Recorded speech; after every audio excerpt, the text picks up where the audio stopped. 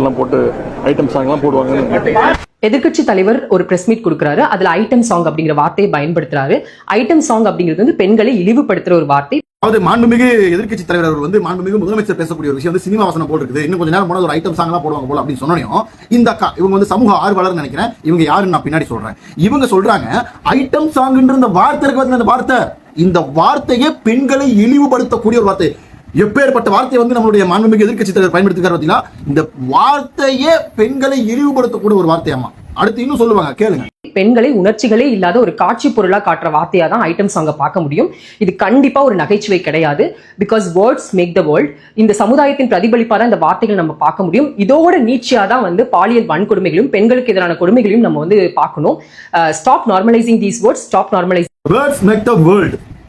பெண்களை காட்சி பொருளாக, கவர்ச்சியான காட்சி பொருளாக காட்டுறதா ஐட்டம் சாங். அப்படிப்பட்ட அந்த வார்த்தையை நீங்க நார்மலைஸ் பண்ணாதீங்க. இந்த பாலியல் வன்கொடுமையினுடைய பிரதிபலிப்பே இந்த வார்த்தையை நான் பார்க்கிறேன். இந்த வார்த்தையே பாலியல் வன்கொடுமையினுடைய பிரதிபலிப்பு. அக்கா யாரு நானும் தேடி போய் பார்த்தேங்க. அக்கா தமிழக வெற்றி கழகத்தினுடைய ஒரு அங்கமா இருக்காங்க. அந்த கட்சியை ஆதரிக்கக்கூடியவர்கள் அந்த கட்சியில பதவி கொடுக்கல, தமிழக வெற்றி கழகத்தில் இருக்காங்க. ஒரு வார்த்தையே இவ்வளவு பெரிய பிரளயத்தை ஏற்படுத்தும் அப்படின்னா அக்கா சில காட்சிகளை காட்டுறேன், பார்த்துட்டு வாங்க.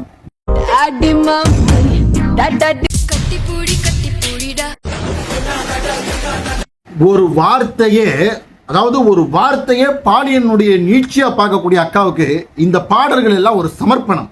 இது இப்படி எடுத்தோம்னா அண்ணன் நடித்த படத்துல ஒரு படத்துக்கு 2 பாட்டு தூக்கலாம். இந்த மாதிரி அவ்வளவும் பெண்களை கவர்ச்சியாக, பெண்களை போதைப் பொருளாக, அந்த உடல் அங்கங்களையும் உடல் நளினங்களையும் காட்டி காட்டி காட்சிப்படுத்தக்கூடிய பாடல்கள். அதில் அண்ணன் ஆடுற ஆட்டமும் பாடுற பாட்டும்லாம் சும்மா தகதிமிதான் இருக்கும்.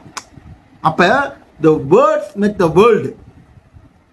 பாலியல் வன்கொடுமையினுடைய நீட்சி தான் இந்த ஐட்டம் சாங் என்ற வார்த்தை. அப்படின்னா பெண்களை போதை வஸ்தாகவே காட்டக்கூடிய இந்த பாடல்கள் எல்லாம் பாலியலுடைய நீட்சி தானக்கா?